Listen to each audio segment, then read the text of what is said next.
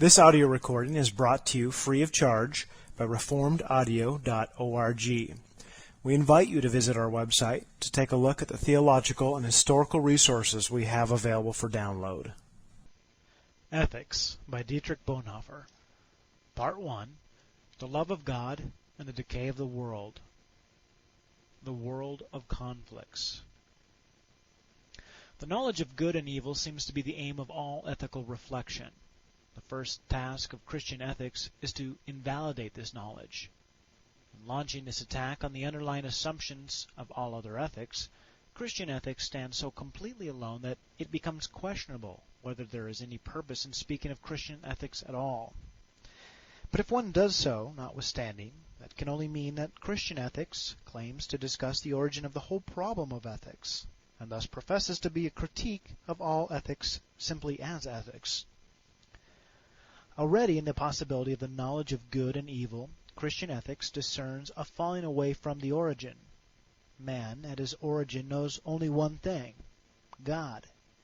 It is only in the unity of his knowledge of God that he knows of other men, of things, and of himself. He knows all things only in God, and God in all things.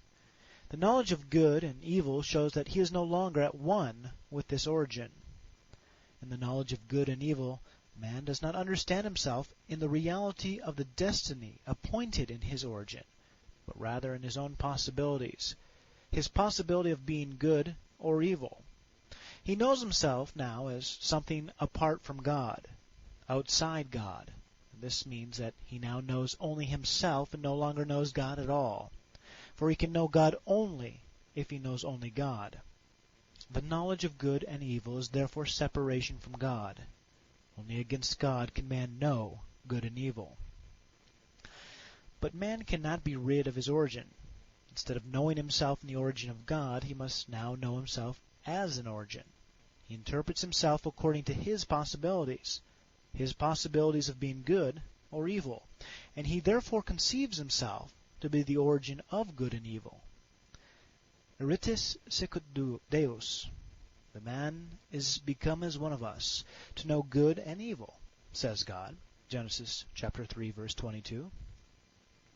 Originally, man was made in the image of God, but now his likeness to God is a stolen one. As the image of God, man draws his life entirely from his origin in God, but the man who has become like God has forgotten how he was at his origin and has made himself his own creator and judge. What God had given man to be, man now desired to be through himself. But God's gift is essentially God's gift. It is the origin that constitutes this gift. If the origin changes, the gift changes. Indeed, the gift consists solely in its origin. Man, as the image of God, draws his life from the origin of God, but the man who has become like God draws his life from his own origin. In appropriating the origin to himself, man took to himself a secret of God which proved his undoing. The Bible describes this event with the eating of the forbidden fruit. Man now knows good and evil.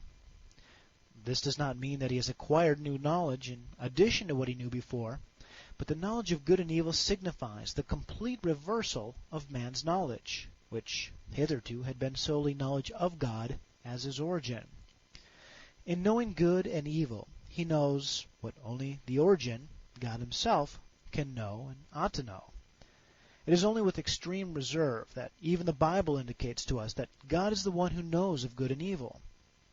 It is the first indication of the mystery of predestination, the mystery of an eternal dichotomy which has its origin in the eternally one, the mystery of an eternal choice, an election by him in whom there is no darkness but only light. To know good and evil is to know oneself as the origin of good and evil, as the origin of an eternal choice and election. How this is possible remains the secret of him in whom there is no disunion, because he is himself the one and eternal origin and the overcoming of all disunion. This secret has been stolen from God by man in his desire to be an origin on his own account. Instead of knowing only the God who is good to him, and instead of knowing all things in him, he now knows himself as the origin of good and evil. Instead of accepting the choice and election of God, man himself desires to choose to be the origin of the election. And so, in a certain sense, he bears within himself the secret of predestination. Instead of knowing himself solely in the reality of being chosen and loved by God, he must now himself in the possibility of choosing and of being the origin of good and evil. He has become like God, but against God. Herein lies the serpent's deceit. Man knows good and evil, but because he is not the origin, because he acquires this knowledge only at the price of estrangement from the origin, the good and evil that he knows are not the good and evil of God, but good and evil against God.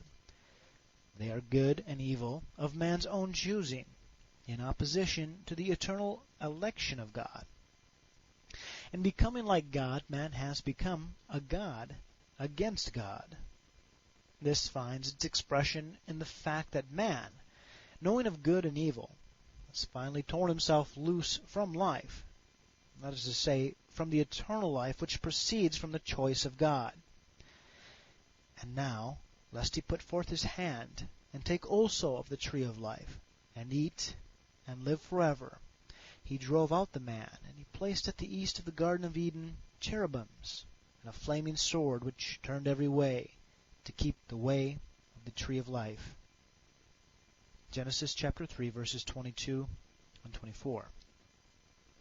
Man knows good and evil, against God, against his origin, godlessly, and of his own choice, understanding himself according to his own contrary possibilities, and he is cut off from the unifying, reconciling life in God, and is delivered over to death. The secret which man has stolen from God is bringing about man's downfall. Man's life is now disunion with God, with men, with things, and with himself.